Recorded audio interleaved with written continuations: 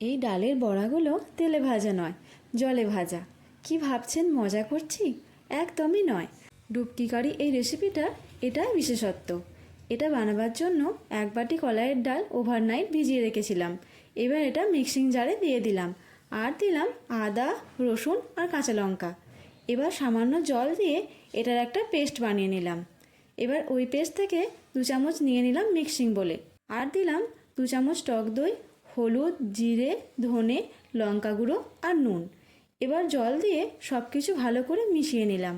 তারপর কড়াইয়ে সর্ষের তেল গরম করে সর্ষে, মেথি, কারি পাতা ফোড়ন দিয়ে দিলাম। ফোড়নটা অল্প ভাজা ভাজা করে নিয়ে দিয়ে দিলাম অল্প রসুন কুচি আর পেঁয়াজ কুচি। পেঁয়াজটা ভাজা হয়ে গেলে ডালের মিশ্রণটা দিয়ে দিলাম। এবার কারিটা কিছুক্ষণ হতে দিলাম। তারপর গ্যাসের ফ্লেমটা একটু হাই করে দিলাম। যখন দেখবেন কারিটা টকবক করে ফুটছে, সেই সময় ডালের মিশ্রণ থেকে ছোট ছোট বড়ার আকারে দিয়ে দিলাম। কিছুক্ষণ পরেই দেখবেন বড়াগুলো ভেসে উঠেছে। এই সময় আঁচ কমিয়ে স্বাদ মতো নুন চিনিও দিয়ে দিলাম। এবার একটা ফোড়ন রেডি করতে হবে।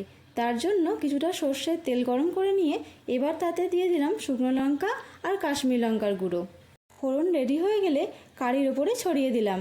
ব্যাস, রেডি হয়ে গেল ছত্তিশগড়ের বিখ্যাত ডুবকি কারি। রেসিপিটা যদি ভালো লেগে থাকে অবশ্যই লাইক আর শেয়ার করবেন।